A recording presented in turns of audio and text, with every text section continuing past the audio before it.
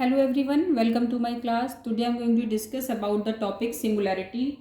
Singularity की definition, singularity के types and singularity पर बेस्ड क्वेश्चंस हम दोनों ही चीज़ें सॉल्व करेंगे। यहाँ पर मैक्सिमम क्वेश्चंस हम सिंगुलैरिटी पर सॉल्व करेंगे। तो सबसे पहले हम बात करते हैं सिंगुलैरिटी होती क्या है। कि singularity of a function F Z of a point is a point at which the function ceases to be analytic. मतलब कि सिंगुलैरिटी वो पॉइंट होता है जो किसी फंक्शन को एनालिटिक होने से रोकता है। सीधी सी बात। अब वो पॉइंट फाइनाइट भी हो सकते हैं और वो पॉइंट इनफाइनाइट भी हो सकते हैं। Isolated and non isolated. अगर पॉइंट फाइनाइट है तो हम उसे आइसोलेटेड कह देते हैं, अगर पॉइंट इनफाइनाइट है तो हम उसे नॉन आइसोलेटेड कह देते हैं। मतलब कि if z is equal to a is singularity of F Z and there exist no other singularity within the circle. मतलब z is equal to a एक सिंगुलर पॉइंट आ गया हमारे पास और उसके अलावा कोई भी सिंगुलर पॉइंट उसमें नहीं है तो उसे हम आइसोलेटेड कहते हैं। फॉर एग्जाम्पल अगर हमने लिया z+1/z z-2, दैट मीन्स कि z की वैल्यू तो 0 है और एक यहाँ पर 2 है। सिंगुलैरिटी हम निकालते हैं डिनोमिनेटर पार्ट को 0 पुट करके। तो डिनोमिनेटर को 0 पुट करेंगे तो z की वैल्यू 0 आएगी और एक z की वैल्यू आ जाएगी 2। तो यहाँ पर दो सिंगुलर पॉइंट हैं। तो अगर finite number of singular point होते हैं तो उसे हम आइसोलेटेड कहते हैं। और नॉन आइसोलेटेड होता है कि 10π/2 π/z इज इक्वल टू 0 है तो वो होता है 10nπ भी 0 होता है तो हम इसको 10nπ कह सकते हैं। अब यहाँ से π/z is equal to nπ के, पाई से पाई कैंसिल तो 1/z is equal to n। इसका रेसिप्रोकल लेंगे तो z की वैल्यू आ जाएगी 1/n।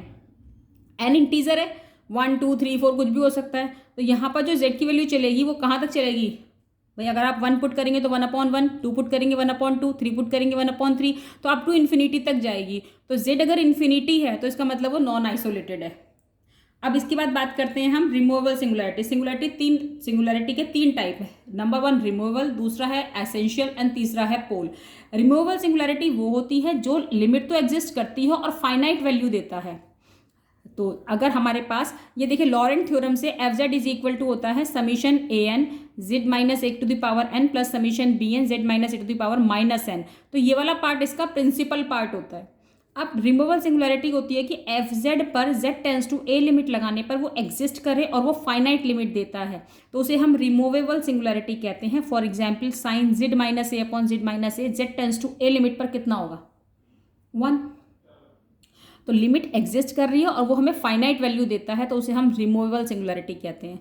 एसेंशियल सिंगुलैरिटी और पोल को आइडेंटिफाई करना इट्स लिटिल बिट डिफिकल्ट, लेकिन इसके दो ही टाइप हैं। दो तरह से बच्चे कंफ्यूज जाते हैं कि कहीं पर हमारा एसेंशियल के लिए ये वाला पार्ट यूज़ करा और कहीं पर ये यूज़ किया।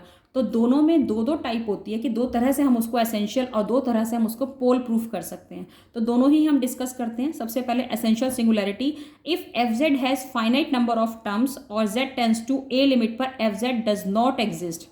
या तो वो finite number of terms of negative power of z minus a. कैसे करेंगे ये मैं बताऊंगी अभी। तो नेगेटिव पावर, दो लाइनें आप बस याद कर लो कि F z has infinite number of terms of negative power of z minus a. और अगर एफ जेड जो लिमिट है वो एग्जिस्ट ही ना करे। देखिए एग्जिस्ट कर गई और फाइनाइट हो गई तो रिमूवेबल हो गई, और एग्जिस्ट नहीं करी तो एसेंशियल हो गई। For example z tends to A limit पर e to the power 1/z minus a does not exist. इसको कैलकुलेट ही नहीं कर सकते, लिमिट एग्जिस्ट ही नहीं करेगी।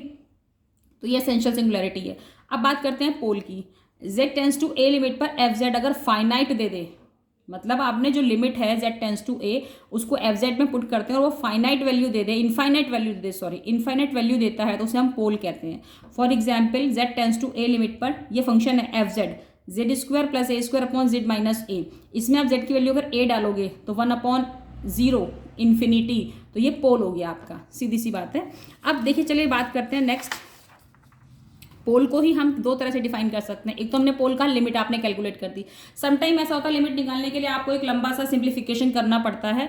तो अगर आपको ऐसी प्रॉब्लम आ रही है कि बहुत लंबा सिंप्लीफिकेशन जा रहा है तो आप पोल आप इस तरह से भी आइडेंटिफाई कर सकते हैं कि अगर प्रिंसिपल पार्ट कंटेन करता है finite number of terms of negative power of z minus a. मतलब अगर finite number of terms of negative power of z minus a अगर कंटेन करता है तो भी वो पोल होता है। For example sine z minus A upon Z minus a की पावर 4 है। अगर हम इसमें से इसको तो मैंने 1/z minus A to the power 4 हमने बाहर ले लिया और इसका मैंने एक्सपेंशन खोल दिया साइन का एक्सपेंशन क्या होता है, x minus 1/3 factorial x cube plus 1/5 factorial x की power 5 plus dot dot dot. अगर हम इसमें इस वाली टर्म से अंदर मल्टीप्लाई कर दें तो यहाँ तो आएगा 1/z minus a cube minus 1/3 factorial z minus a, आगे मल्टीप्लाई करेंगे तो 1/5 फैक्टोरियल ऊपर आएगा z माइनस ए, और आगे अब जितनी भी टर्म्स आएंगी उनमें सब में ऊपर आता चला जाएगा, यानी कि ये जो ऊपर वाली टर्म आएंगी जिसमें z माइनस ए आएगा वो इनफाइनाइट चलेंगी। लेकिन अगर आप यहाँ नोटिस करें तो स्टार्टिंग की 2 टर्म ये फाइनाइट है, ये फाइनाइट है और ये कंटेन करता है z माइनस ए की नेगेटिव पावर, क्योंकि ये ऊपर चला जाएगा तो ये -3 हो जाएगा, ये ऊपर जाएगा तो -1 हो जाएगा, तो ये कंटेन करता है negative power of z minus a और फाइनाइट टर्म्स हैं, तो उसको भी हम पोल कहते हैं। अब रिमूवेबल सिंगुलैरिटी देखो डिफ्रेंशिएट किया हुआ है तीनों को।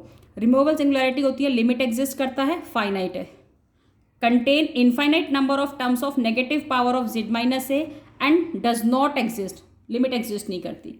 Contain finite number of terms of minus negative power of z minus a, ये फाइनाइट कंटेन करता है, ये इनफाइनाइट कंटेन करता है, और इसकी लिमिट इन्फिनिटी अगर आ जाए तो उसे पोल कहते हैं। तो यहाँ तक तो हमने इन तीनों को, ये चार्ट आप इन तीनों बातों को अगर ध्यान करते हैं तो आप कोई भी क्वेश्चन आराम से आप आइडेंटिफाई कर सकते हैं, सॉल्व कर सकते हैं। अब नेक्स्ट वीडियो लेक्चर में मैं इस पर बेस्ड सारे क्वेश्चंस डिस्कस करूँगी।